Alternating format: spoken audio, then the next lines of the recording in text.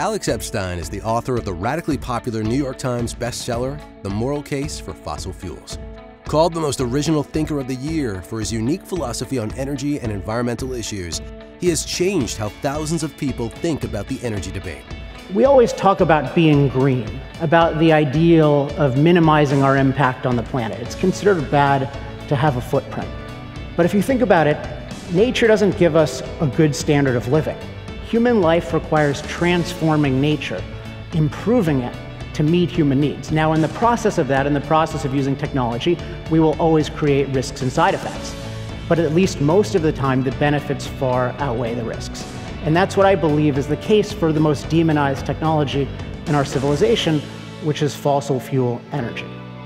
And what I really realized was energy is not like all the other industries because it's the industry that powers all the other industries. And that struck me as, if we get this one right, so many things go well, and if we get this one wrong, so many things go badly. A newborn baby. The kind of baby that in the US and Canada would be almost unremarkable. It weighed 3.5 pounds, so it was a bit premature.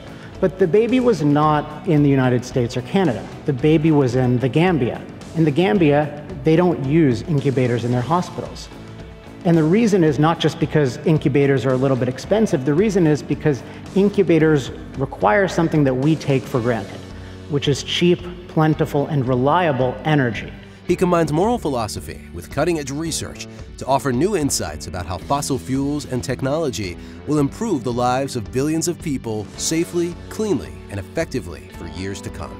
Drought-related deaths are down 99.98% because instead of people not having water, when there's a drought, we can irrigate. And instead of people not having food, we can transport food.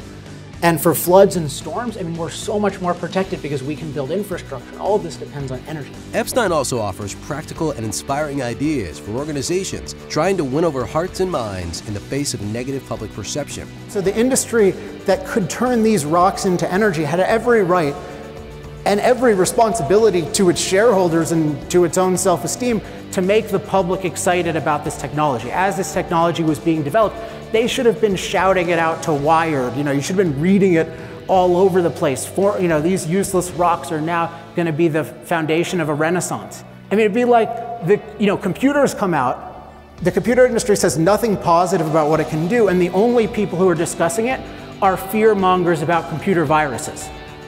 And in fact, this did happen historically to some extent. Computers are going to take over the world, all these scary scenarios, and computers only became really well liked once the advocates of them could position them as a life-enhancing technology. With energy affecting business in innumerable ways, Epstein's message is extremely unique and very powerful. A must-hear for industries impacted by energy policy.